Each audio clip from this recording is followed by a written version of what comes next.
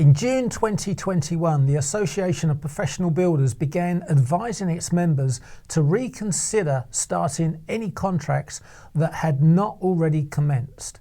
Our advice was to renegotiate any fixed price contract that did not contain allowances or special conditions covering price escalations. In the event of a renegotiation failing, our advice was to seek specialist legal advice from a lawyer unconnected to the original contract provider in order to cancel those loss-making contracts, even if it meant going to court. By July 2021, the consequences of not taking action were becoming so severe, we started passing on the same advice to over 8,000 building companies worldwide who were not members of APB, but who were subscribed to receiving our information. By October 2021, it became clear that the rise in the cost of construction materials, combined with the cost of delays due to supply chain problems and COVID-19 related staffing problems, was impacting the profitability of every single building company in Australia. However, a lot of small building companies were so consumed with sourcing materials and rescheduling their subcontractors, they were not aware of just how much money they were losing. Their sole focus was to look after their clients as best as they could and finish their projects as soon as humanly possible, despite the challenges they faced every single day. In an attempt to help more builders before it was too late, we went public with the brutal facts. According to Section 95A of the Corporations Act 2001, a company is solvent if, and only if, the company is able to pay all the company's debts as and when they become due and payable. A company that is not solvent is insolvent. So it should be no surprise to anyone in the residential construction industry that more than half of Australia's building companies are insolvent.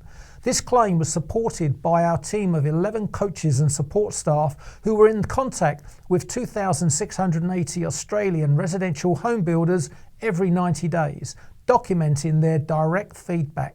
From the data we collected, we could see that more than 50% of building companies were starting to experience cash flow challenges and were unable to pay their bills as and when they became due and payable. Another industry body, who were unwilling to go on record, put the figure closer to 66% of building companies being insolvent, suggesting that our statement of 50% was on the conservative side. According to the US Securities and Exchange Commission, a Ponzi scheme is an investment fraud that pays existing investors with funds collected from new investors. This is not unlike a building company that is involved in new construction, operating on tiny profit margins that fail to cover their fixed expenses. The reason for this is simple. New construction is cash flow positive. And what that means is that a building company can continue to trade for many years without making a profit because the new inflow of money is used to pay old creditors. All the time the company grows, more positive cash flow is generated, which covers the ongoing losses.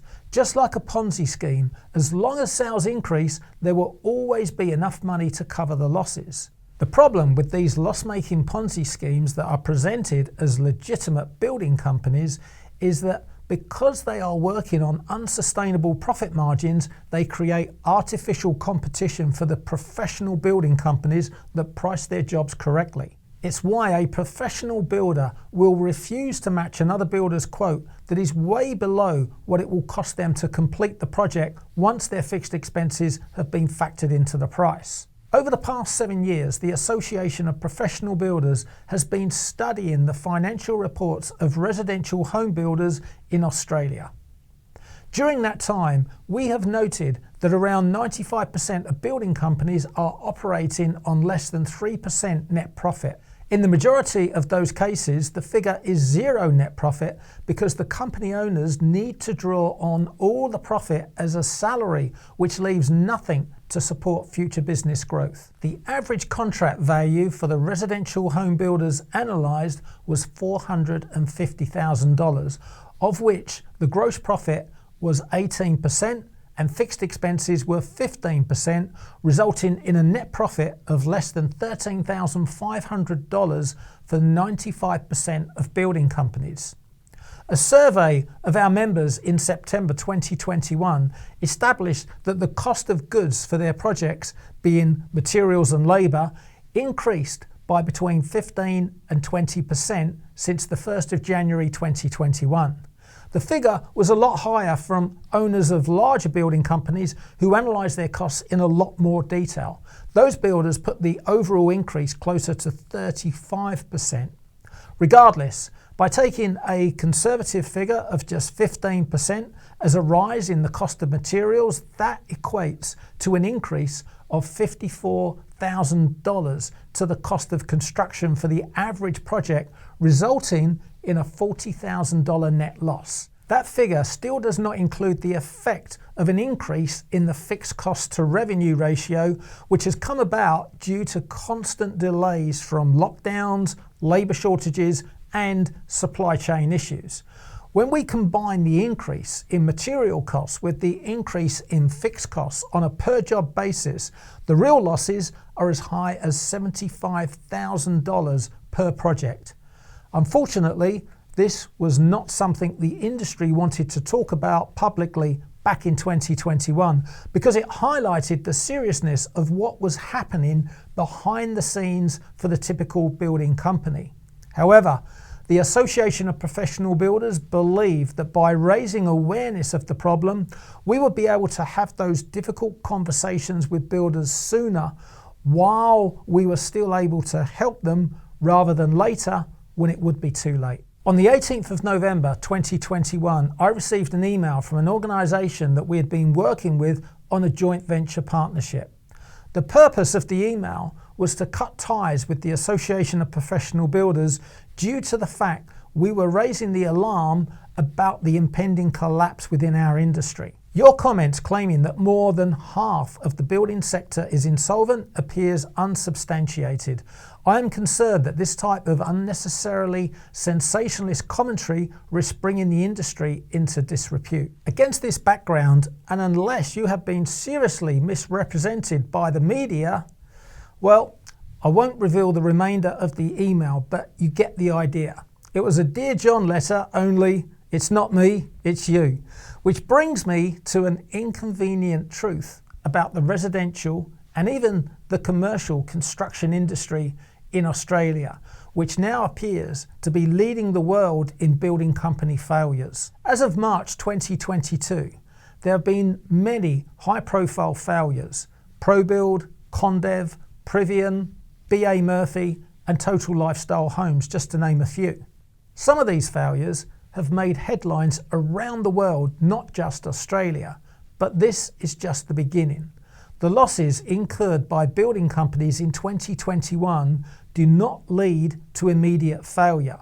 Due to positive cash flow, building companies that are now underwater due to those losses may continue trading legally for a lot longer because they have cash to pay their invoices as and when they become due and payable. However, by continuing to trade, all they are doing is accumulating more losses as they pay more for materials and labour in 2022 than they budgeted into their jobs when they originally priced them back in 2021. So, how can a building company that does not have enough assets to cover its liabilities be allowed to continue trading? The licensing authorities only reissue licenses to building companies that have assets in excess of their liabilities. So where does the money go? This is where the industry's dirty little secrets are really hidden. It's all in the balance sheet, and unfortunately, it is way too easy for anyone to manipulate a single figure on a building company's accounts to make a Ponzi scheme look like a legitimate building company. Which is why we can expect to see more commercial and residential construction companies to fail over the next 3 months, followed by an avalanche of smaller building companies towards the end of the year. But it won't stop there, because profitless building companies are able to continue operating on positive cash flow, we can expect to feel the effects of 2021 for the next 4 to 5 years. If you own a building company and you are not already calculating the hidden liability in your accounts each and every month, then make sure you read the information provided via the link below before it's too late.